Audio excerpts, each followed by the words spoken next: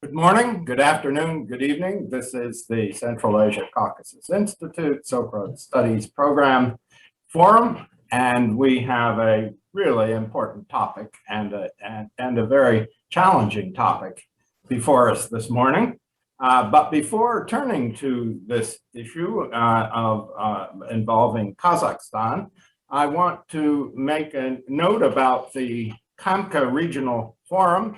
CAMCA refers to the countries of Central Asia, Caucasus, Afghanistan, and Mongolia. The CAMCA Forum is an enterprise that was initiated by alumni of the Rumsfeld program at the Central Asia Caucasus Institute, funded by the Rumsfeld Foundation. And these alumni have formed this network, which holds an annual convention. It would have been held in Almaty this year, except for COVID. It is being done virtually next week, and you can tune in on it through Facebook or Zoom. Just go online and you'll easily find the connection. Now, turning to our topic, as a new sovereignty 30 years ago, Kazakhstan faced a complex and truly unique situation. On the one hand, it wanted to institute modern institutions based on the best practices among the most advanced countries. On the other hand, it had on its immediate borders, very long borders, two major powers, which were increasingly authoritarian and unwilling to tolerate a Western turn among their former colonial subordinates. Now, to deal with this, the Kazakhs devised a balanced foreign policy, measured and largely a very careful foreign policy that balanced Russia with China, and eventually China with the United States and the West. Now, that was one side of the equation. The other side of the equation was to institute reforms in a very cautious way, largely under the radar. In other words, yes, proceed with reforms at home, but no, do it quietly and step by step, so as not to muddy the waters. In the year 2020, it is clear that this solution doesn't satisfy many citizens of Kazakhstan, especially younger ones, and who seek a greater degree of political reform and rights, and a greater degree of openness overall. What has the government of President Tokayev actually done, though? This has been largely neglected. Has it been introducing reforms? If so, what are they, and with what effect and what purpose? Some say too little, too late. Others say, actually, this measured approach is just right. So that's our question, and we are honored to have as our principal speaker, Svante Cornell, who's director of our Central Asia Caucasus Institute, and he is coming to us from Stockholm. And he has just published a paper, the Institute published the paper on exactly this topic. I urge you to read it in full. I think it's a very impressive exposition of a very complex problem. And commenting on not only Dr. Cornell's presentation, but on the subject as a whole, is our old and good friend, George Krol, who served beginning in 2015 as ambassador to Kazakhstan, and I must say very, very effectively. Prior to that, he'd spent 4 years as ambassador in Tashkent and 3 years in Belarus as ambassador. And prior to that even, he was Minister Counsel of the US Embassy in Moscow and Director of Russian Affairs in the State Department. He is a graduate of a Jesuit high school in Jersey City. That's a very good sign, and of Harvard. We question that somewhat, but we're very, very pleased to have Ambassador George Krol with us.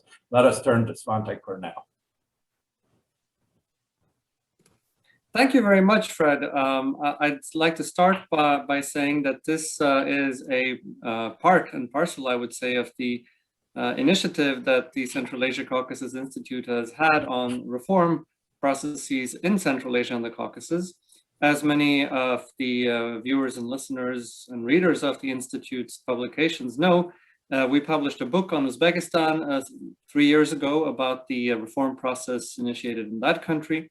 We've published several papers on the reform processes in both Kazakhstan and Azerbaijan, and in the past, we have also written significantly about Georgia when there was a more significant reform effort in that country.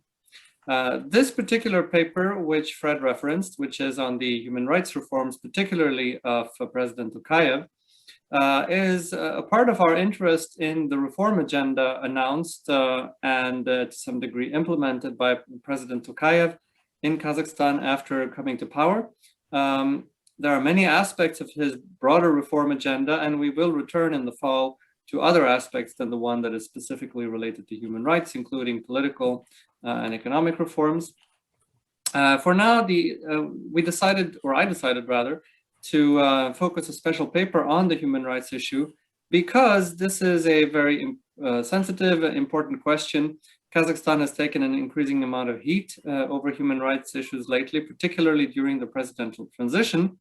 After this transition, President Tokayev has been very open about the deficiencies of the Kazakh system and the need for reform. So as Fred alluded to, some of the questions are, is this a serious effort? Has it been derailed by the COVID situation? And I think beyond that, can it actually work? Can it be implemented? Which is a question we seldom ask. It's not enough to just state that reforms should happen. It also has to be implemented throughout the government, throughout the bureaucracy, which is very often more difficult than it might seem. Now, coming back also to the issue of the importance of this question, I'd like to put it in the framework of the ambitions that Kazakhstan has set for itself for the future. We seem to have lost Svante Cornell. We'll bear with us. We'll try to recapture him in a transatlantic cyber move, and as soon as we do so, we will continue. Meanwhile, I do want to indicate also that the Central Asia-Caucasus Institute will be publishing a book this autumn on the 30 years of Kazakhstan-US relationships. It's an interesting and complex and in many ways unique asymmetrical link between a large superpower and a state with a very small population. And yet it's been remarkably successful. So that'll be coming on this fall, and we now have an unfrozen Dr. Svante Cornell to continue. I do apologize. It appeared that my computer lost internet, but I'm using an alternative version here. I hope this will work. The point I was willing to make trying to make when the gods of the internet interrupted is that Kazakhstan has an ambition to join the OECD and to get closer to European institutions like the Council of Europe, and to be among the world's top 30 developed nations. And President Tokayev himself has taken the OECD as a benchmark of Kazakhstan's development. And then I think one important question is, how does Kazakhstan measure up? And one way to look at this is through World Bank governance indicators, which measure things like government effectiveness, political stability, control over corruption, and for this purpose, the most important category being what they call voice and accountability, which is defined as the extent to which citizens participate in selecting their government, as well as issues of freedom of expression, association, and the media. Now, when we look at all these indicators, what we see is that in terms of regulatory quality and government effectiveness, Kazakhstan is actually getting very close to the OECD average. The difference is now 20 points on a scale of 1 to 100. In terms of rule of law and corruption control, the gap is wider. It's about 40 points to the OECD average, but it's closing very fast. There is rapid movement in Kazakhstan to improve on all these indicators. Now, when you look at the final category, voice and accountability, the gap is actually 70 points out of 100, and there's very little change in the past 10 years. Now, this being the case, the question is, how can Kazakhstan achieve its very lofty goals without significant improvement in this regard? Not just because the World Bank has rankings and so forth, but because these type of freedoms appear to be integral to the development to the highest level that exists in the world today, especially in a world where reliance on rents and oil and gas production are no longer likely to be possible, even in terms of economic and GDP projection. So that explains, I think, the importance of this issue, both to President Tokayev and, of course, to Kazakhstan's well-wishers outside. Obviously, these are also sensitive issues domestically. Political democratization in particular is not something the Kazakh government at present is ready to introduce in a rapid manner, but the rule of law and human rights are important first steps on the road to this broader long-term political liberalization. Now, I'd just like to say a word about the Kazakh model of development and why there is such a gap, particularly in this area compared to the other indicators that I mentioned. The Soviet legacy is obviously one important factor. I don't have to go into the details, there is more in the paper, but obviously the way the Soviet state defined its role and its relationship with society is very much one that leaves you as badly prepared for a modern state that defends and protects the rights of its citizens as you can be. I think Kazakhstan's geopolitical position and its demography also are important factors, given, as Fred mentioned in his introduction, Kazakhstan's position between two great powers that are far from paragons of human rights and democracy. But also the government's acute awareness from independence to the present that there are ethnic differences within the country, most obviously between the Kazakh population and the Slavic population, that Kazakhstan has done an admirable job at keeping in a harmonious state. But this is also one reason that the Kazakh government felt that there was a need, particularly given the ethnic conflicts that arose in other parts of the former Soviet Union, to keep the situation under wrap and to control the voice expressions among the population, especially of a nationalist orientation, but in general. So Kazakhstan adopted a developmental model that prioritized economic over political reforms and was essentially built on the idea of top-led reforms based on elite consensus. This is not the Western model of competitive elections in which various parties get into parliament, duke it out, and there forge compromises that lead to reforms. The Kazakh leadership saw this as being too risky, as something that would potentially threaten state unity and strength, and instead chose a model where the elite leads and implements the process of reform in society. But I should say that this model has begun to change, particularly after 2015 with the fall of the oil price, and I would say a change in the informal social contract in Kazakhstan, where the government felt increasingly that when it was no longer able to, so to speak, on the basis of oil rents, provide the government with ever growing and increasing living standards, there was a greater feeling of a need to also be accountable to the population when belt tightening suddenly became necessary in 2015. And we see a realization across the government that those days where you can just rely on oil are not going to come back, and therefore the reform agenda needs to be pursued, both in the economic and in the political sphere.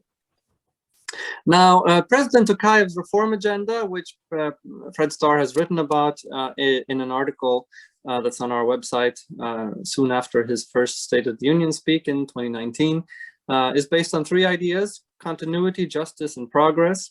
Continuity obviously being safeguarding the advances made during the first 3 decades of independence under the presidency of Nursultan Nazarbayev. Justice and progress, talking rather about how to improve upon the situation and take Kazakhstan closer to the goals that the state has been setting for the past several years. A key concept in this is the idea of the listening state. And as I'll go into later, if you're talking about a listening state, which means that it's going to be more accountable to the population and deliver goods to the population, well, if you're listening, there has to be somebody speaking. And I think that's one of the links between the listening state and the reforms we're talking about here today, which means greater freedoms of association and expression. In the particular paper, I look at 4 or 5 areas, and I will just go through them very quickly. The first is law enforcement, and of course, law enforcement abuse is one of the most recurring issues in human rights in any other countries, not only in Central Asia, but elsewhere. And this is, of course, in great part a result of the continued Soviet mentality remaining at the institutions of law enforcement and justice, particularly at the local level. There are 100 to 200 reports of torture and mistreatment a year in Kazakhstan, depending on who you ask. And over the past many years, it seems to me that the Kazakh government has made numerous efforts to deal with the situation, to reform the Ministry of Interior. They have been inconclusive. And that's not just my word, that's what President Tokayev himself would say. Fragmented, I think, is the word he used. There's been a lot of back and forth.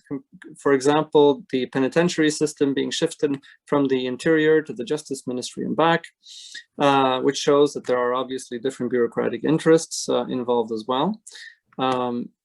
Nevertheless, Kazakhstan already 11 years ago adopted an official zero tolerance for torture. Obviously, that has not been fully successful, as we can say, but I think what is clear is that the government has had an intention at the top to deal with this, but largely, at least until now, failed in the implementation of this efforts to try to rein in the problem of law enforcement abuse.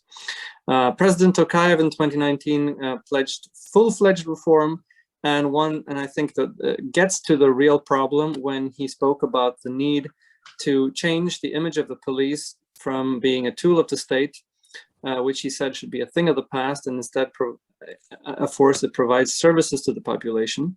Clearly, a year later, he was not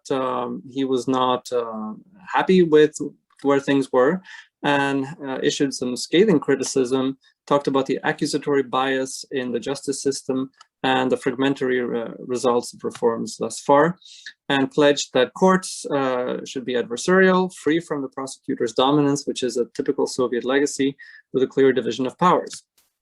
And now my preliminary conclusion is that this is this is an important effort. It's not an easy effort. It's in fact a Herculean task.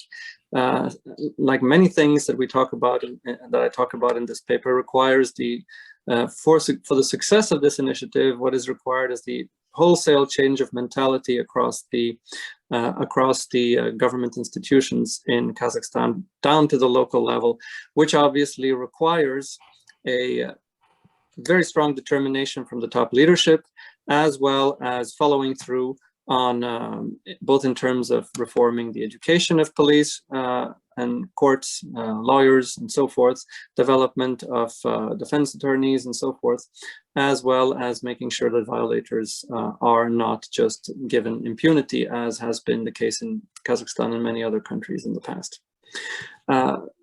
A second issue that I look at is women's rights as well, which I put in the same category for reasons that I'll explain in a moment. That is a category of issues where the Kazakh government has really tried, but faced a lot of challenges in implementing reforms. This is a growing issue in Kazakhstan. Women's rights have become one, in particularly as we've seen larger protests by women against violence, particularly violence in family relationships, with women demanding protection from violence and showing evidence of up to 400 women being killed by partners on a yearly basis. Again, as in the case of law enforcement abuse, I find that Kazakh authorities have been aware of this problem, tried to address this problem, trying to find ways to deal with it. They found, for example, that having it as a criminal offense actually stopped women from reporting crimes, because the breadwinner would then be taken to jail and therefore not being able to provide for the family. There was also obviously the issue of, and remains an issue of, local law enforcement officer urging women not to report, but instead to reconcile with their abusers. Another thing that the Kazakh government found was that if you make it an administrative offense, women do not have themselves to provide evidence. The police have to find evidence. Whereas in the case of a criminal complaint, it would be the opposite. It became clear, I think, that this initiative, which predated Tokayev's reforms, was not successful. The pandemic has made this even more of an issue and led President Tokayev to mention it specifically in 2019 about not tolerating the growth of violence against women or the continued violence against women. And Kazakhstan appears to be pondering joining this Council of Europe's Istanbul Convention, which would go against the grain of several countries that either have left it, as Turkey has, or as some Eastern European countries refuse to sign it. So the question, again, as in the case of law enforcement abuse, is not an issue only of political will, but how to deal with it. Again, the issue is in part one of the culture among local law enforcement, which don't seem to be conducive to helping women resolve this problem through the legal system, but by trying to have them reconcile with their abusers. So these two issues I put together as issues where the government is trying, but hasn't really found a way how to deal with the problems. And we'll have to see if that changes in the future.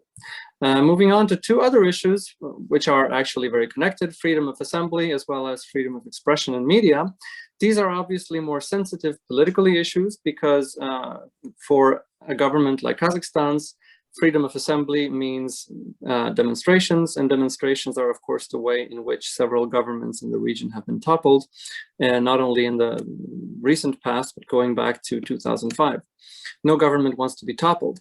At the same time, it's also very clear that the Kazakh government has come to recognize the need to provide a vehicle for the population to vent its angers and to show its and to express its the issues with which it is unhappy. Now, how do you do this? How do you reconcile opening up enough to allowing the people to voice their protests without threatening the security of the state? In the past, Kazakhstan has had a very restrictive approach with quite few permits for demonstrations being granted, and when they've been outside of town in places where very few people would notice, which kind of defeats the purpose of demonstrations.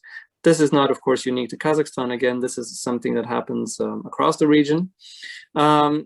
Meanwhile, in spite of this, there has been a very visible growth in the number of protests being recorded. There is a study that I referenced in the paper that has counted that Kazakhstan is the country in Central Asia with the largest by far number of protests, about 500 between the beginning of 2018 and the middle of 2020. And they have been related to a variety of issues over the presidential election, over women's rights, as I mentioned, over China's alleged or real influence in the country and ownership or lease of land, over welfare provision, and many other issues. It seems to me that what is clear is that Kazakhstan has now become, if you will, the victim of its own success. Ever since the time of Aristotle, it's been known that the growth of middle class is associated with more voice being expressed and more protests being expressed by the population. And as Kazakhstan's economy has developed, we also see this new middle class demanding rights that perhaps they did not demand 10 years ago or 15 years ago. President Tokayev appears in his rhetoric to be very well aware of this and talks about the public assemblies as a right and even as a duty, and talks about overcoming what he calls the fear of alternative opinions and of having a country where there are different opinions but one nation is a slogan that he has launched as well. Obviously, at the same time, there was a reality of a pandemic where, just as in Western countries, the government was eager to limit the freedom of assembly in the country. It was somewhat controversial that the new law or the revisions to the law of public assemblies was passed very rapidly in the middle of a pandemic, which does certain important things. For example, it changes the presumption of the law from individuals or groups having to request or permission for demonstrating to one where they are notifying the government that they are going to have a demonstration. Still, of course, the government is able to say, no, you can't do that, and to assign places that might not be ideal, which means that in my analysis, the law that was passed doesn't go quite as far as the stated ambitions of President Tokayev. Still, I would say that the change in substance, the change in the principle on which public assembly is based in Kazakhstan is a progress compared to the past, but the real issue is not necessarily how the law is written, but how it is applied. The law provides the opportunity for government officials to give the benefit of the doubt to those seeking to have public assemblies. Will they rule accordingly, or will they try to find loopholes in every single situation or in many situations to not allow these? And if so, they can. So I think the question is not just about the law, but what the attitude of government would be, which goes back to my point about what will be the signals from the top and how will these signals will be followed by the rest of the government. And I would say that the same thing is the case for freedom of expression in media, which also obviously touch on state security in a media environment that is at least indirectly very strongly controlled by the government. What has been common has been libel charges against journalists and bloggers, sometimes by central authorities, but very often by local authorities. So, for example, a local official who is accused of corruption by some blogger has so far been able to find willing partners in law enforcement and courts to silence these voices. Now, as I mentioned before, President Tokayev talks about a listening state that requires that people are able to voice their opinion, otherwise there's no one to listen to. He has welcomed this by, for example, decriminalizing defamation, which was one of the charges most frequently used to silence oppositional voices, and also change, for example, the law that talked about fomenting hatred to the more specific terminology of inciting hatred. This may be a play on words, it may not, we'll see. Again, the real question lies not perhaps in the details of the laws, but what the attitude of authorities will be. Will it change? Will a local power broker accused of corruption continue to find courts willing to help them? Or to put it differently, will the system be one that helps to protect officials from people or people from officials? Will it be able to strike that balance? Rather, will that balance change, because that balance has been very much stacked in the favor of officials being protected from people criticizing them? And again, this requires a systemic change in how the government works. I'll just briefly touch on freedom of religion. This is an issue on which the Institute has released a series of papers, including one 3 years ago, I believe, on Kazakhstan. It seems to me that this is the area least touched for the moment by reforms, simply because Kazakhstan's government doesn't seem to think that this is an issue in which they have a lot of reasons to do a lot of reforms. The government, here there is a real dissonance, I would argue, between Western governments and the Kazakh government, where the government really doesn't understand the basis of Western criticism against their attempts to maintain a secular state and prevent extremism from developing. There has been a growth of restrictions, particularly after terrorist attacks in 2011 and 2016. And it should be mentioned, and we've done this repeatedly, so excuse me if you've heard this before, but the Kazakh model of secularism is very much one that is different from the American model, where the Kazakh government sees a duty for the state to regulate religion to ensure stability and harmony. This is not only slightly, but quite different from the US idea of a perfect neutrality of the state between religions. Now, can the Kazakh government's approach to religion be improved? I think there is no question it can, and that Kazakhstan can be said to have been overreacting to terrorist attacks in the past decade. But right now, it appears to me that because the US is arguing for a model of state neutrality towards religion, that Kazakhstan's government sees as a threat to social stability, it is right now not listening to the criticism that is coming from the US government. And that may be a place where improvement could be in order in terms of the way the US approaches this issue. The way ahead, finally, to conclude, I have three major conclusions. One is that there is a significant difference between the areas of human rights that the Kazakh government is addressing. There are areas in which they have really been trying and are now trying even harder, but can't seem to figure out how to really get the systemic change that is needed at all levels of government to actually happen. This is not an easy task. We remember Georgia, which was the forerunner of police reforms, but still, in 2012, it was a scandal of violence in the penitentiary sector that helped precipitate the downfall of the Saakashvili government. So this is an area in which it is very difficult to make change. Kazakhstan will need help and a continued very high level attention by the leadership. In other areas that are to do with freedom of assembly, expression, and media, I think change will be slower and will depend on the way in which the population and political forces in Kazakhstan make use of any freedoms that are given. We can expect, I think, the government to hit the brakes if they feel that things are getting out of hand in the future. And President Tokayev has made it clear that while we welcome people expressing their views and demonstrating, they have to do so responsibly, and we won't tolerate any hooliganism, is basically, I think, the attitude that he has taken. My second conclusion is that the improvement will obviously take time, that the systemic change that is needed in the very meaning of being a civil servant, what it means to be a court official, what it means a police officer, is really a generational issue. And the question is, how do you speed that up without having to resort to what Georgia did, which was to fire the entire police force and hire a new one, which may not necessarily be practical.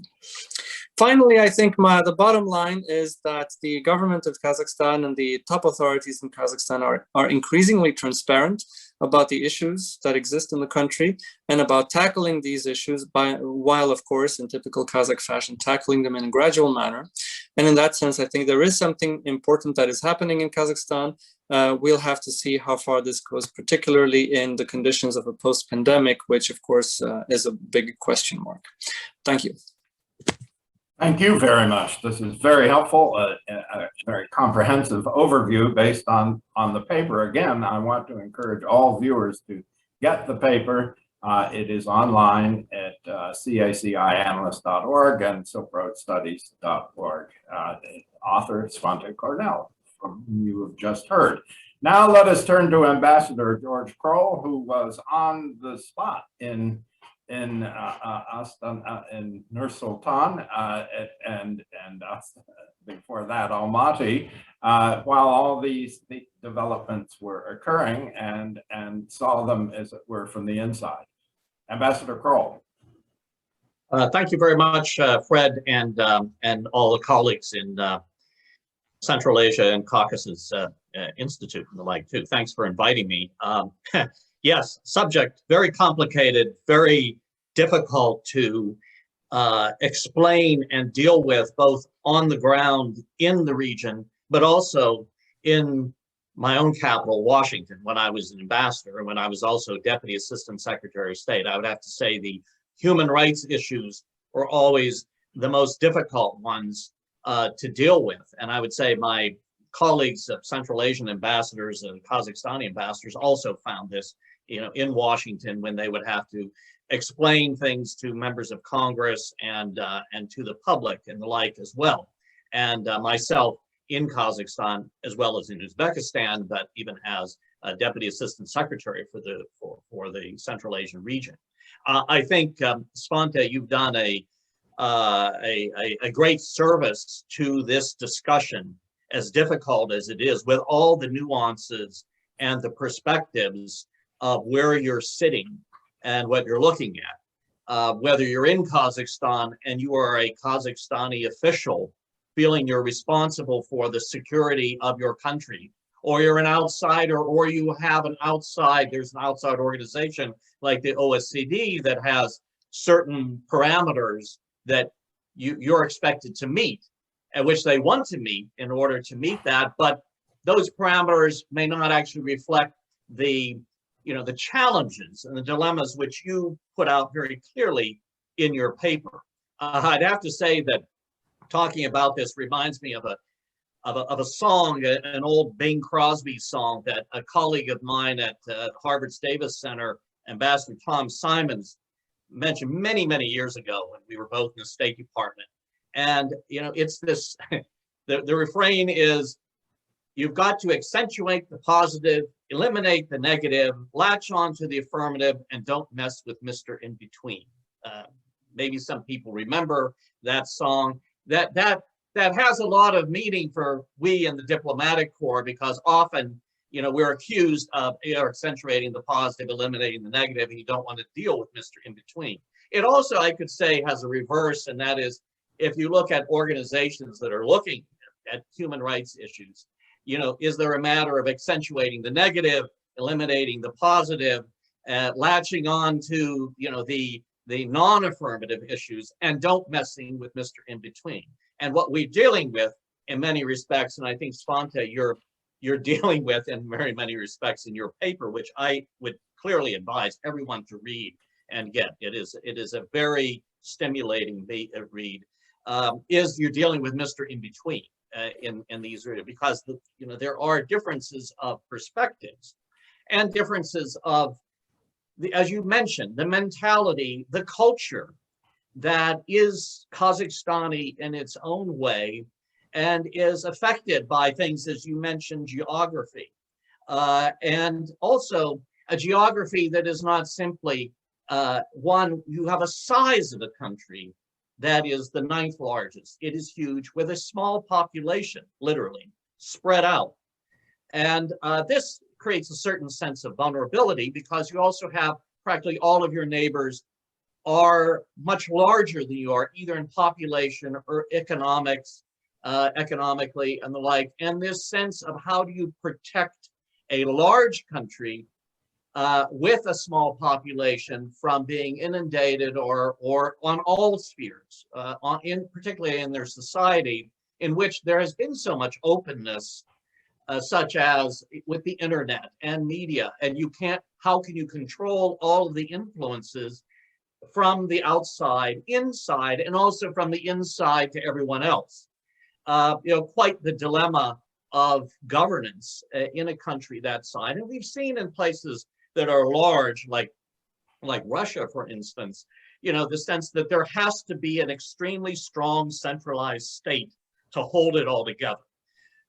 Now, Kazakhstan doesn't have, I would say, all of the ethnic diversity as Russia has, and it's becoming less so because the population of non-Kazakhstanis is dwindling, and largely if you're talking about Russian up in the north, those people are leaving. Not because when I would go up there, it's saying, well, we don't feel persecuted, we just don't see a future, and plus Russia's trying to attract Russians from Kazakhstan to Russia because they need people in the Russian Far East and east of the Urals and the like too. So they make it very attractive for ethnic Russians to go to Russia and the like too. And the Kazakhstanis are moving Kazakhstanis from the south, which has a population boom, up to the north to basically fill in that gap. So the country is becoming more Kazakh, if you will, in an ethnic sense.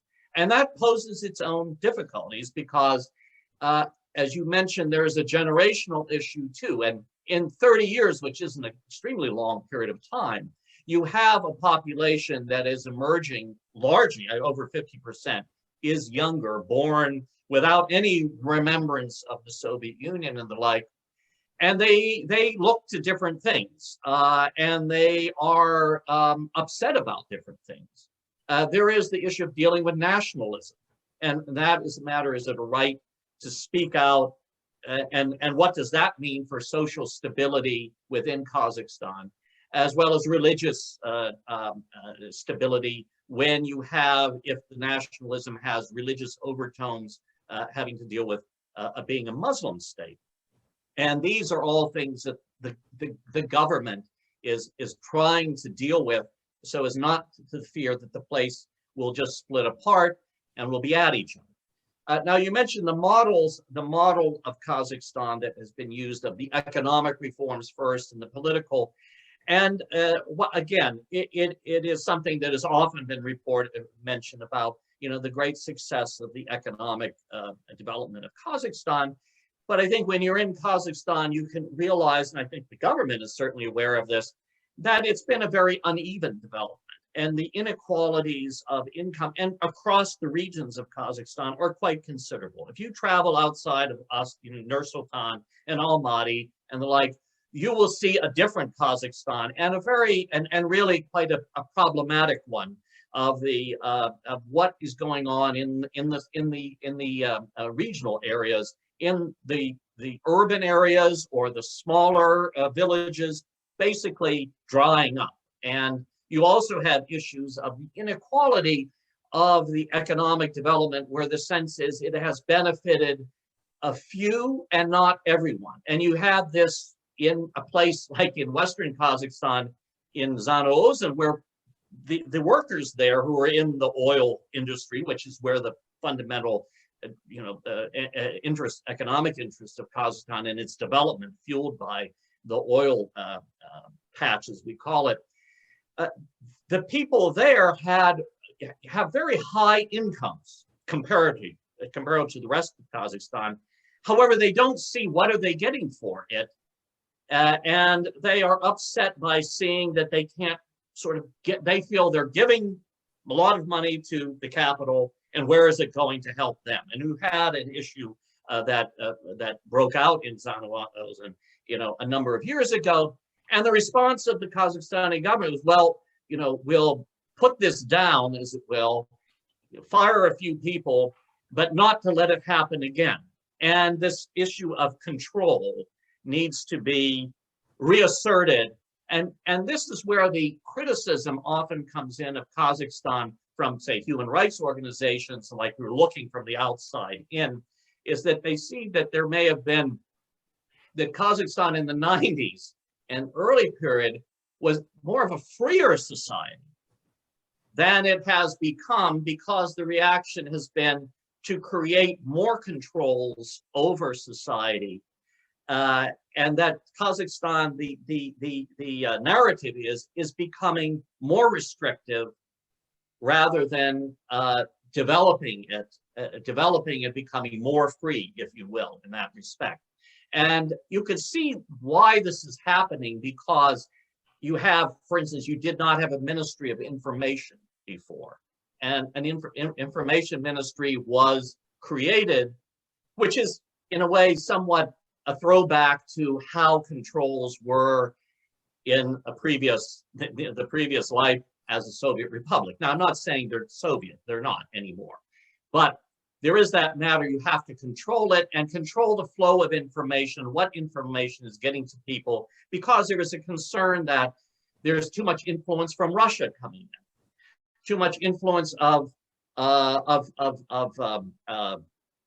if you will, radical religious groups influencing people that would then go to fight in Syria for ISIL and things of this nature, but also a political issue of, as Kazakhstan is changing, how do you control a population that is looking at things differently, and also is becoming more and could become more concerned about, that issue of high-level corruption, which, if you look at Russia and what Navalny has been pushing for and everything, I don't think the Kazakhstanis want to see that appear, where there is to tear a nation or a country apart by having its leadership pilloried and exposed and things of this nature, which may be viewed as healthy, but they view that as very dangerous and divisive. And in Kazakhstan's sort of geographic political issue or situation, that is not something that they could allow to happen. And you mentioned this, I think, in your report. So there is that, that also there is now a Ministry of Religion which came out. There never was a Ministry of Religion, and there are all these laws that are being passed on, which are basically, the idea is, what are they for? Are they for protecting liberties and freedom, or are they for controlling them? And I think there are those who look at it and say it's control. You had mentioned the recent law that was signed by President Tokayev on public assembly and the like. And even though Kazakhstan has an advisory council with human rights people like Mr. Zhovtis on it and the like, and they make their comments, the complaint is, where do those comments go? When there have been some rather cosmetic changes to that law, but as I understand that it's still, that you mentioned the issue of what does it mean to be inciting, and that can be used in various formats, so that it is something that looks like they're doing, if you will, something progressive on it, but on the other hand, is it another form of control? And having a religious ministry that was led by its first minister, who was the secretary of the Security Council, you could see, as you mentioned, that religion is viewed as a security issue. And I think I would say somewhat in conclusion, that the mentality issue that you mentioned at the end, and your conclusion, I think, is spot on. It is enormously difficult. How can you change a mindset that is produced by culture, produced by circumstances, where and the sense that the state is there to protect. The state is involved in everything. It's a very different attitude of the role of the state, say here in Rhode Island, or particularly in the United States, where the state is viewed as somewhat bad, and the less of it, the better. But in Kazakhstan, they can't afford that. That kind of mentality is they would feel is suicidal. And so you have this sense that you have to preserve stability. You don't want to see what is going on, like even in the United States, even in other countries close to them, where there is demonstrations are viewed not as expressions of to be endorsed, but something is wrong, and we should not see this. The image of the happy family, everyone living in the yurt, is still is something they would like to propose, that if you have problems, deal it within the family, but don't go into violence. And where do you step beyond that? So there is a lot that is done by Kazakhstan to show the outside world, look, we're meeting these standards, but you have to peel away that sort of that image that they want, because that's certainly a good part of what they want, to what is the reality of what's behind it, and what does it really do in affecting the population. And again, the population is different, and there is a very conservative society in Kazakhstan. You talk about, for instance, women's rights an issue. Well, the image of the role of women in society is changing, but talking to a lot of women in Kazakhstan is like, well, I still have to do X, Y, and Z. These are my, and you look at government, and there aren't very many women at high levels that are really able to make decisions and things of this nature. And that's part of a societal view of the role of women. You look at law enforcement.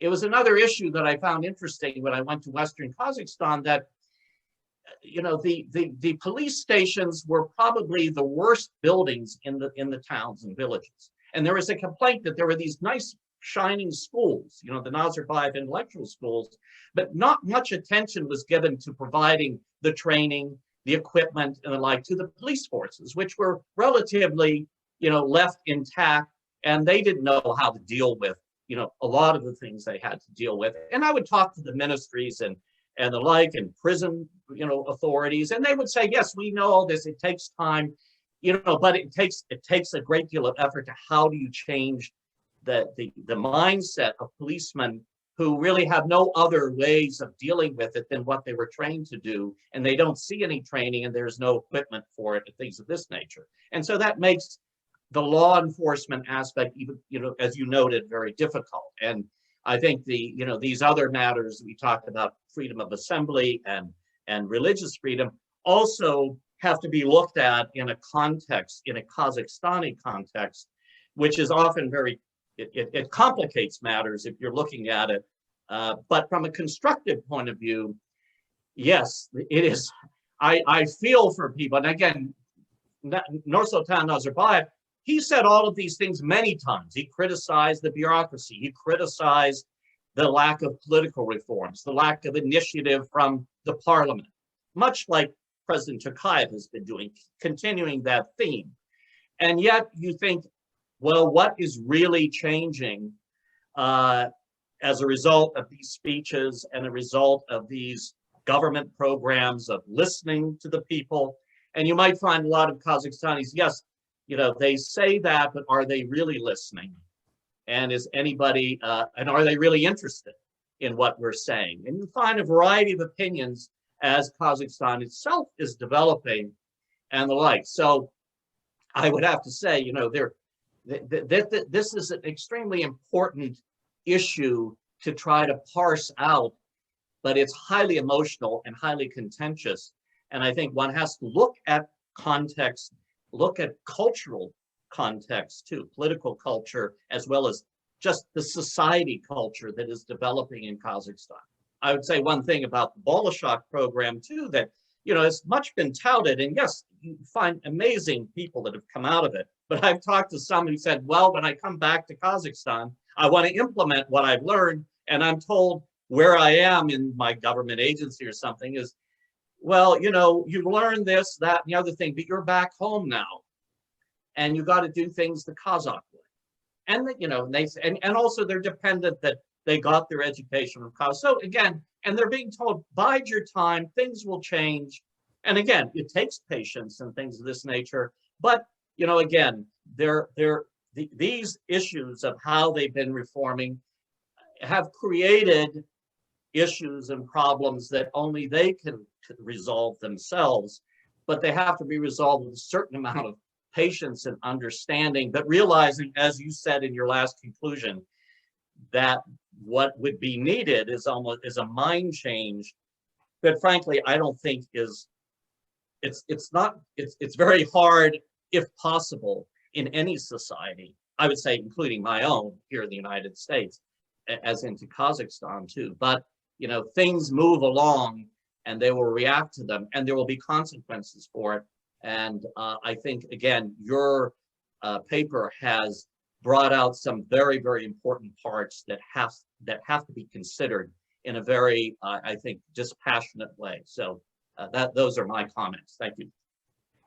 Thank you very much, both to Dr. Cornell and to Ambassador Krol. These are really very, very interesting observations, and we are listening. Now, the question I want to pose to both of you to start with is this. Has to do with the motives for reform. The great West Indian writer V.S. Naipaul made a visit to India, made several visits to India, and in one of his books on India, he made a very interesting point. He said that the real value of the Indian system is that it allows a constant exhalation of public passions, and yes, there are revolts even, but demonstrations and manifestations on a daily basis. His conclusion after watching this process go on throughout the country was that this is very healthy. This was, and he used the term, a safety valve, and this was letting off steam, and the system allowed it, and he gave them pretty high points for that. My question in the case of Kazakhstan is this: you could talk about safety valves that you create in the center, but where safety valves count is the release of a lot of energies on a local basis, and the entire discussion so far has been extreme centralization. With appointed hakims in the provinces and so on, and they just carrying out orders from the center.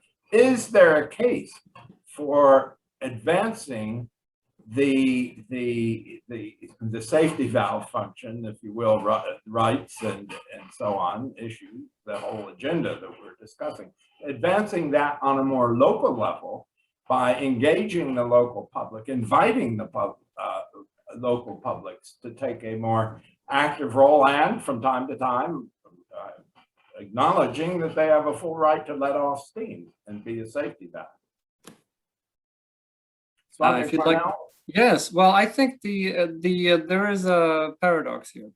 The paradox is that you're probably right in the sense that for this reforms that we're talking about to succeed, it would be very, I think it would be very valuable to start from the bottom up and have this start from the local and go to the central. The problem is that I think the biggest resistance is at the local level at this point. It seems to me that, you know, there is this eternal almost dispute on whether these types of reforms are really window dressing or are serious. And going through all of this, my conclusion... Excuse me, is this the local population or is this the local... No. I think the problem is the local authorities. And what I mean is that I think on the central level, there is a serious effort, there is a serious realization that we need to change things in order to reach the goals of development, both economic and otherwise, and be the type of world power or the power in the world that Kazakhstan wants to be. But I think at the local level, I think it is very far from happening in terms of how local governments, local hakims, and so on see it. That's why I think another corollary to what I write about here, which we'll be dealing more about in the fall, is the other type of political reforms, which include a greater level of local voice in terms of the election of local authorities. Those have to go hand in hand, obviously, but that is going to, I think, be a difficult pill to swallow for the local authorities, which are not at all, I think, trained and prepared for that type of a shift, even though the people in the center would like it. And what we've seen in many countries, democratic as well as non-democratic countries, is that when the center wants to change things, people in the local authorities, when they band together, if they want to try to stop reforms, they are a very powerful force. So it's going to take a lot of emphasis, a lot of direction, and I think the local authorities have to come to understand that the central government is really serious about these things, and it's not just something you can hear with one ear and then ignore for change to really happen. Ambassador Krol? Yes, I would agree with Svante and Fred. I happen to have served in India many years ago, and I followed Indian affairs, and as you said, release of passions and the like, which is like releases the pressure in the Indian way, I don't think would be something that anyone in Kazakhstan would want. I happen to have been in Delhi after the day that Indira Gandhi was assassinated, and there was a horrible bloodletting for 3 days. Every Sikh that I saw, that I knew, at the taxi rank and everything, were massacred. 3 days, and it ended. And it was told to us, and this was throughout North India, and that this was releasing the passion. 3 days, and you saw that, Gujarat, Maharashtra, everything. I don't think Kazakhstan wants that kind of release. And I've seen the Indian police with their big sticks, and that was what Naipaul was advocating. Right. He was saying that at the lower level, just on a daily basis, venting of emotions and having channels to do that was what saved the country. But it's local India is a pretty brutal place. And I'm sure he's seen it and I saw it. But again, I think looking at Kazakhstan, that is, I think, somewhat of a fear, although they don't have the ethnic religious issues of Muslims and Hindus and things of this nature too, that spark these horrible situations and the like too. But in Kazakhstan itself, I agree with Svante. The local authorities, this is where the issue is, because this is where there is the pent-up upset of local people sort of demanding that the local authorities do things for them, and when they don't, and it's the petty harassments and the things like that they face that creates this issue, like we saw in Zanu Ozan and elsewhere, that then the central authorities are, well, what do we do about it? Again, they will criticize the local authorities and say, how could you let this happen?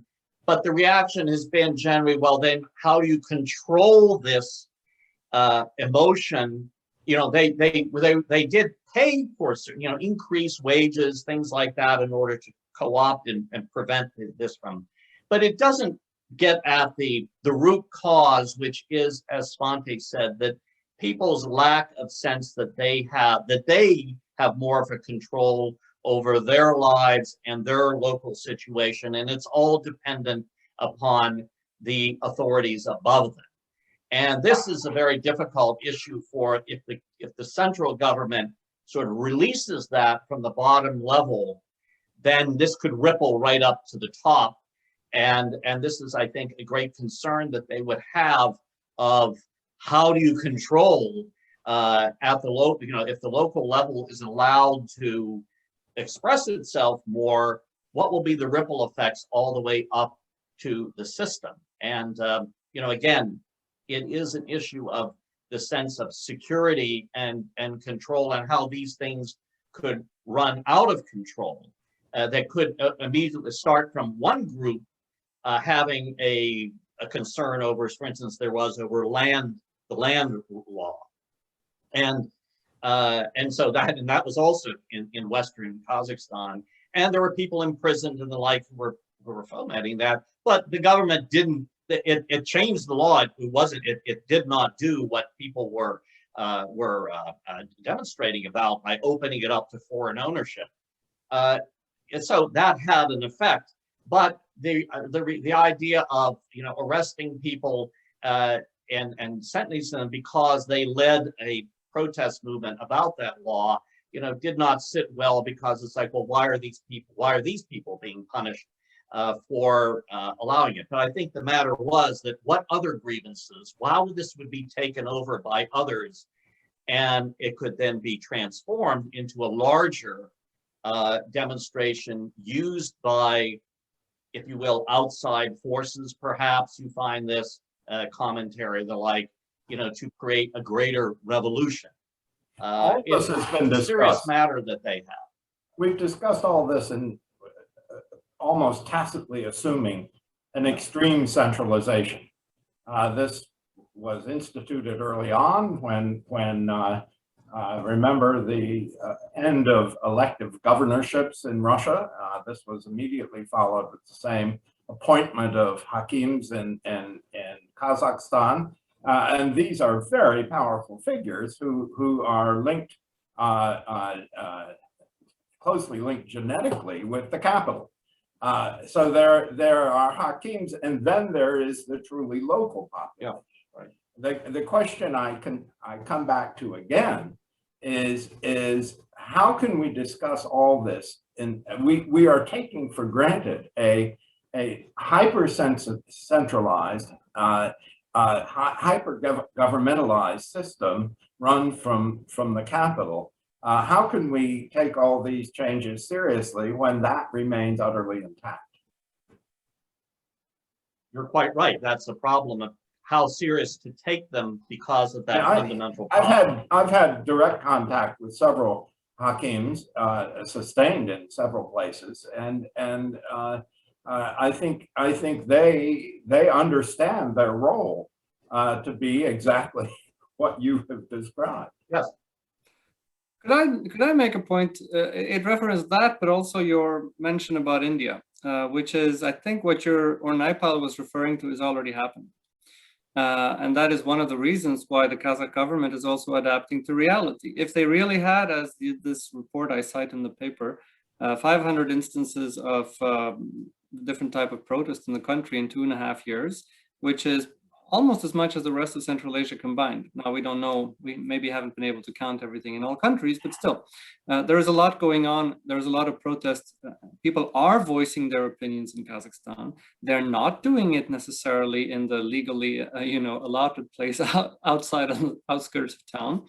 And the government is basically saying, what are we going to do? Are we just going to crack down on all this? No, we can't. We have to somehow accept that this is happening. And go with the flow, if you will, and change our approach to not just stop all of this, but you can kind of try to influence the flow of the river, if you take my analogy. I think that's what's happening already. And I think one of the reasons why the President Tokayev is making all of these reforms is not only the goodness of his heart, but because I think he and the leadership in Kazakhstan are seeing that society is changing and we have to adapt to these changes. The question is, how do you do that? How do you ride this this situation while not falling off the horse, not losing control, and maintaining the stability of the country? Which at this point, I think there's a new consensus emerging. I think this is one of the conclusions I draw from having studied this issue. That before, the idea was, let's just keep control and let's just prevent people from doing a lot of things. Now it is, well, people are doing a lot of things. How do we maintain stability? How do we influence? How do we push the state and society forward without this getting out of hand? It seems to me that the approach that President Tokayev has taken to demonstrations and so forth is a very prudent one, and it indeed does legitimize and, if you will, institutionalize the not the kind of wild and crazy, behavior that Ambassador Krol described in India, but a kind of acceptable forms of protest that constitute a kind of safety valve. Let me raise. That's true, but let me just say that that's exactly what President Tokayev though is saying. He says you can do all this if you do it nicely, but the moment you start getting into craziness, the state will respond. I think so. That's been very clear in the messaging from the central government, and we shouldn't forget that.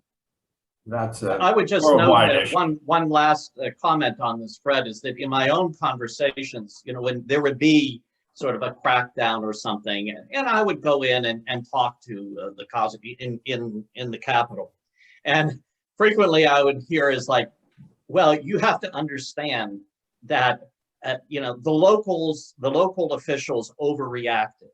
They're overzealous. You know, they want to fulfill the plan because, again, that mentality, they want to show they're in control. And it's like, that's not how we view it. And we have a lot of education to do with the local officials so that they don't have to feel like by cracking heads and arresting a lot of people that they're showing the capital they're in control, and that this again is a mindset issue that they're well aware of, but realize how hard that is to implement. You know, that's a very wise observation, and I would ask: has any Western country attempted to offer some assistance or engagement on that issue? But let me turn to another question, entirely different. The issues we're discussing, which have to do with rights and freedoms, are universal in character. And if you look in Europe, for example, not just in England, but equally in France and Germany and Austro-Hungary and Russia, discussion of these issues has produced a rich body of serious thought. That is not just addressing a crisis of the moment, what policy adjustment do we need to make now, but rather that addresses these issues in really grand philosophical terms and systemic terms, which has left all these countries, and by the way, I would stress, including Russia, with a rich tradition of constitutional thought. Now, my question is this. Svante Cornell's study indicates an awful lot of serious attention and activity taking place in these areas in Kazakhstan. The question is this accompanied by any theoretical discussion or any attempt to place what they are doing into the context of 300 years of constitutional thought in Europe and North America? I'm not aware of it, but I would say that something different is probably going on, which is a way of answering your question, because I don't have an answer to your question really, which is that they are looking at many ways, examples of countries, for example, e-government and many other things in terms of reforms to reduce corruption and the like, and even to address the problems of how local government approaches things. But I don't see this being done in a very laid-back philosophical way at this point. Is there anything happening in the law schools? In the what? In the law schools? Yes, in the legal. Yes, I think there is a beginning effort, but I think the Uzbeks obviously are doing this as well, which relates to what Miusha Sever's question that I see online about the Uzbek-Kazakh relations and reform dynamics. And I think we're seeing this in a broader regional basis. We do see that, strangely and interestingly, there was a decade and a half ago, there was a movement by the non-oil producing countries, if you will, towards reform, which was led, which took place in the form of these so-called color revolutions and the like. That seems to have lost a lot of gas, run out of gas essentially, and in many cases backtracked. Whereas now in the past 5 years, we see that it's the 3 oil-producing countries that are engaging in these top-down reforms: Uzbekistan, Kazakhstan, as well as Azerbaijan. And it seems to me that this is now where the action is in terms of reform across the region, we'll have to see how far it goes. And obviously the governments fully realize that they are unleashing forces that they may in the future have a difficulty controlling. But it seems to me that for economic reasons, if nothing else, they see no alternative but to do this at this point. Ambassador Krol. Well, I would say that I don't know about the theoretical work that's being done on constitutionalism, but I think that this issue in Kazakhstan, and I would say in other post-Soviet republics and like too, it needs to be done in the discussion of the relationship of the people, if you will, people and the state and the respective roles that they have. I haven't seen a lot of discussion or debate because it's highly sensitive about, from the state's point of view of looking at reducing its control and changing its image when it's very firmly in the minds of people that grew up with that in their minds. And I think whether younger students in law schools and the like are approaching this is certainly an area that would be fascinating for for communities in law schools and in places like Harvard's Davis Center and everything to look at, is these deep-seated issues. Is there a debate? How do you look at the role of the state and the role of people in popular government, if you will? Is this something that can change that equation in certain ways? And I find, for instance, the issue that seems to be uppermost in most people's mind is stability. And change is destabilizing, almost sui generis.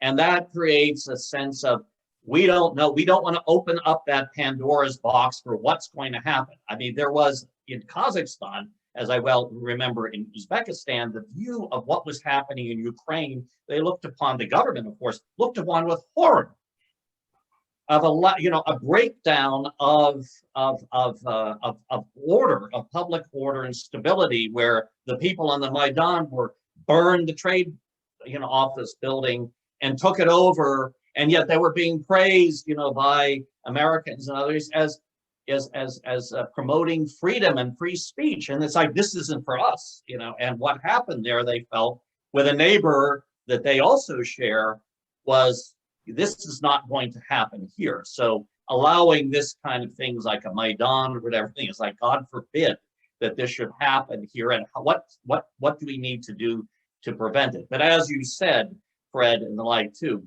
can there be a different way of looking at popular participation and the voice of more people, other than simply having an advisory group where everyone sits around a table, they issue a report, and then nothing is done with it because decisions are made elsewhere, or you don't have a parliament, a representational body that really debates the issues from different points of view and comes up with some kind of a solution, which again won't satisfy everyone in the politics of compromise, which is something that's still rather foreign in countries like Kazakhstan, and I would say in Uzbekistan as well. Svante Cornell, is Kazakhstan developing a model, or is its case just too distinctive and complex? I think it's as distinctive and complex as any other country. It seems to me that there has been, if you're asking about the Kazakh model of development, that's a model that I think is undergoing change. As I mentioned previously, and this is happening elsewhere in the region as well. There was an idea, we can focus on economic reforms, we can postpone everything that's political. Well, if you're not able to live off oil and gas anymore, that among other things means you have to be able to trade regionally, which means you have to liberalize your customs regime and many other things and deal with taxations, and then you inevitably get into the political realm. And you get into monopolies, you have to break down monopolies, you have to liberalize the system, you have to make the state deliver for the population in a way that it did not do before. So I think, by the way, relating to Ambassador Krol's comment about Ukraine, which I fully share. I have the same analysis of how people reacted across the region, but they also realized, well, you know, if you look back, even to the color revolutions, which were the governments that fell? They were the ones that were unable to deliver. Not necessarily the ones that were more authoritarian. Actually, if anything, it was lesser authoritarians that were not very successful authoritarians, but that didn't deliver public goods. They were the ones, Shevardnadze, Tokayev, later Bakiyev, and and others in Kyrgyzstan, as well as in Ukraine.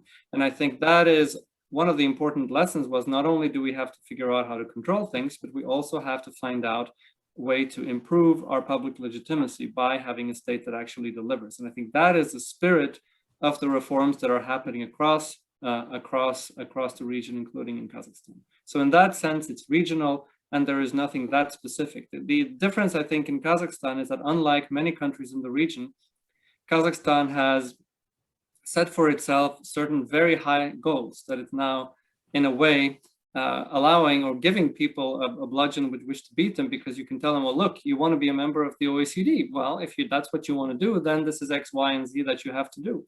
And it seems that, at least I'm sure within the government, there are voices, and Ambassador Krol would know this much better, there are voices arguing in favor of moving faster, and there are voices in favor of being very, very cautious.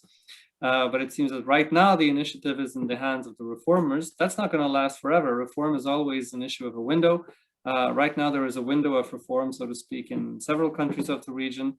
We'll have to see what COVID does with that, but it seems that for now is where things are going.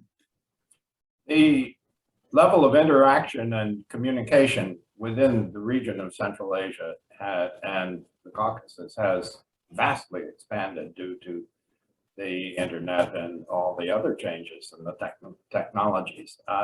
The question I'd put to Ambassador Krol is whether this might signify some region-wide discussion of these issues, or is it all viewed, since you've served in Uzbekistan as well, is it all viewed as too distinctly and uniquely Kazakh to be relevant to any of the rest of us?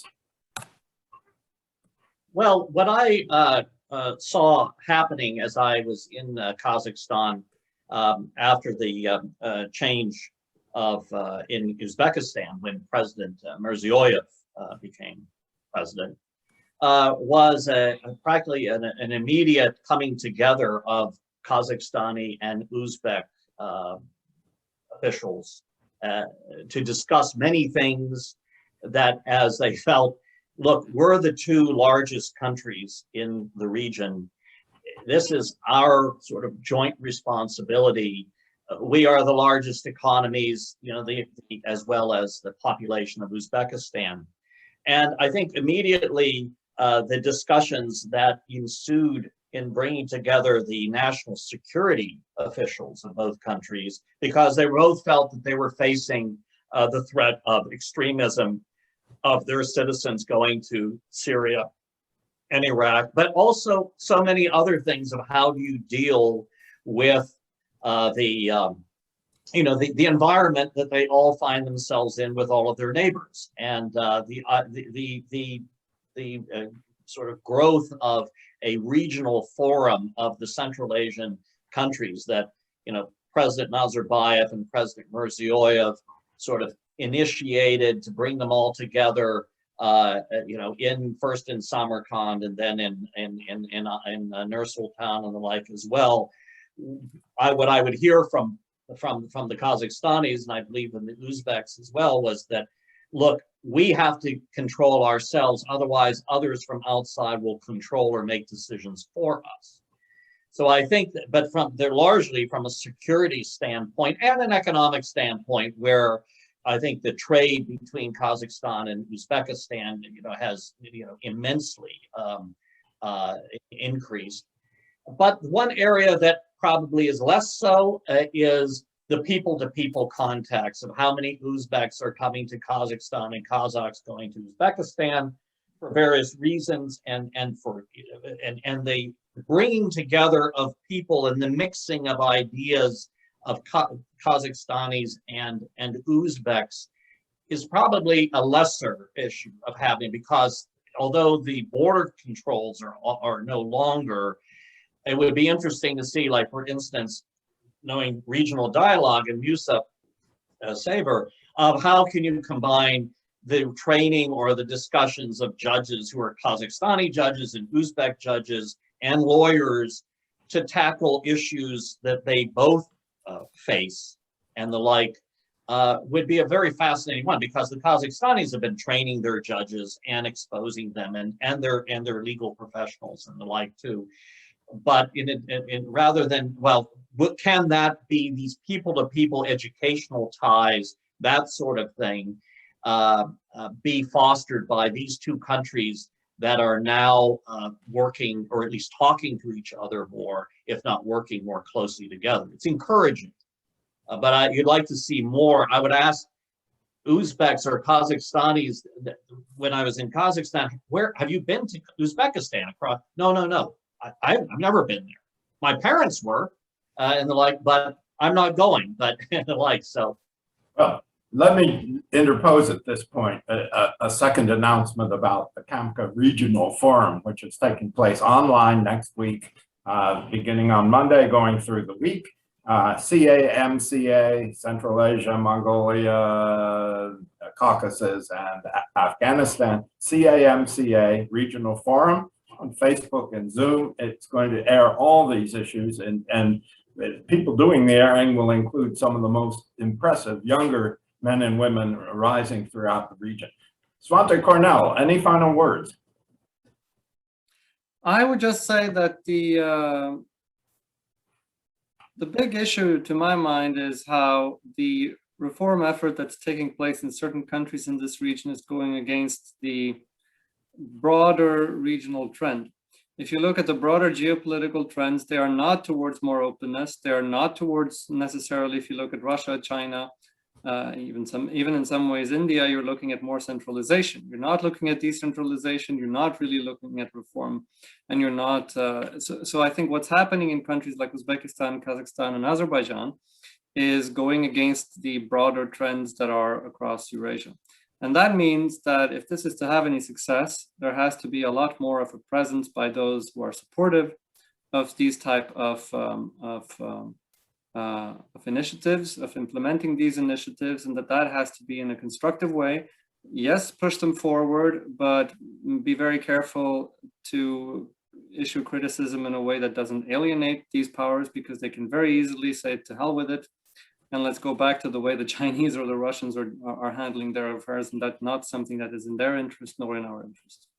Thank you very much. I think a way of restating your final point is very simple, that the United States, European countries, more open countries, Japan, India, etc., should be working with Kazakhstan on these issues of reform, not on them. Unfortunately, that is not the case in many instances today. I think this is a lesson which the US government should learn, the State Department, beginning with the State Department and beginning with Congress, which has charged the State Department to do its reporting in a way that almost institutionalized working on people, not working with them. That is a serious impediment to collaboration in this important area. Final thought on my side for the Kazakhs themselves. What is being discussed is largely being considered by bureaucrats, by officials who are in management and administrative jobs. What's absent and relatively unrepresented in this dialogue, very important national dialogue, is serious legal thought. I think this opens up a wonderful prospect for collaboration between Kazakhs and Western legal experts, constitutional experts. These are classic issues. They don't need to reinvent the wheel. They can examine best practices from abroad on every issue that's been discussed today. Take the best of these best practices and apply them. This is what our friend Musa Sever, who's online today, has been doing for several decades. We need much more of it, and especially right now, and especially in the issues that are under such lively discussion in Kazakhstan today. Thank you all very much. See you next week, Kamka Regional Forum.